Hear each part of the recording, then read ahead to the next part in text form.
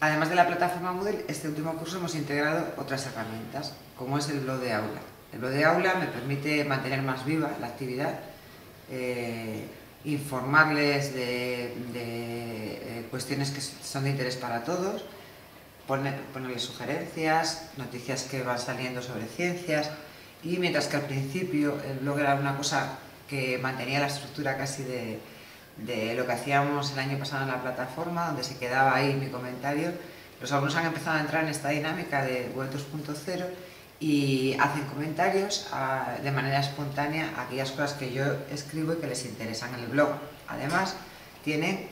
clasificados enlaces para cada uno de los temas, seleccionados para que puedan consultar, y tienen también otro tipo de enlaces clasificados en función de que sean presentaciones, juegos, cosas curiosas, que opcionalmente pueden entrar y consultar.